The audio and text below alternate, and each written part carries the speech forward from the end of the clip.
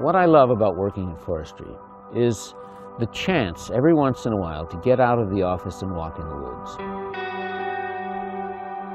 To see the forests growing, to see that we're actually doing some good is a very rewarding thing, a very satisfying thing. But Iceland is certainly among the worst examples in the world of deforestation. It doesn't take very many people or very many sheep to deforest a whole country over 1,000 years. Iceland used to be much more wooded.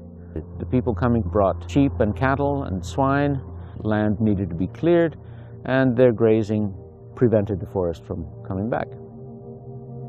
And after a long time, the thin vegetation cover that's left is susceptible to disturbances like frost heaving and storms in the wintertime.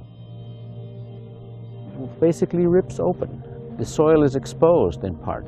It starts washing away or blowing away. That's what we see in very, very large parts of Iceland.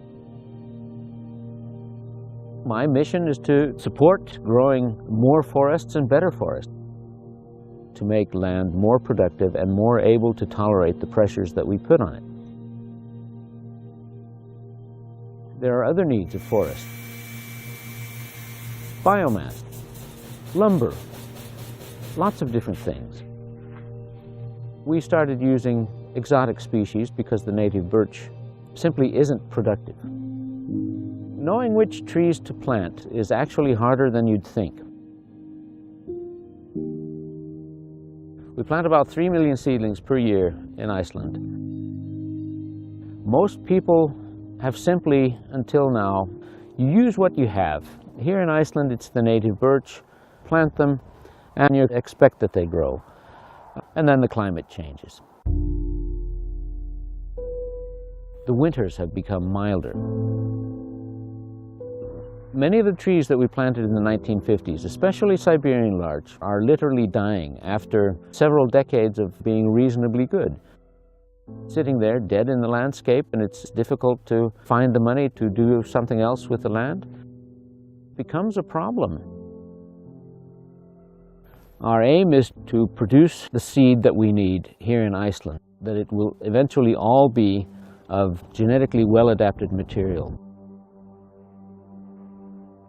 The genetics of forest trees are important. How much heat they need in the summer to grow, how tolerant they are to drought, when they know to stop growing in the autumn. These are all things that are genetically determined in the trees. And through the years, we've found the species that we can use, and now we're selecting individuals that are best adapted, bringing them together in a seed orchard and using their offspring in afforestation. The seedlings are produced in modern tree nurseries with greenhouses. They're all containerized seedlings, which are very easy to plant. And we produce all of them here in Iceland. Right now, I am optimistic for forestry in Iceland. The trees are growing. People call us at the Forest Service and say, I've got a shelter wall that I want to build. I need some cladding for my summer cabin, or I want to build a pagan church. Can you help us? And we say, well, yes, we can. We're producing wood now. We're producing boards and planks. We have the trees in the woods, and we can cut them down. The forests are growing better than anybody ever thought. People will more and more look at them and say, hey, this is something that's worth having. This is not something that was obvious to Icelanders only a few decades ago. That's a great cause for optimism.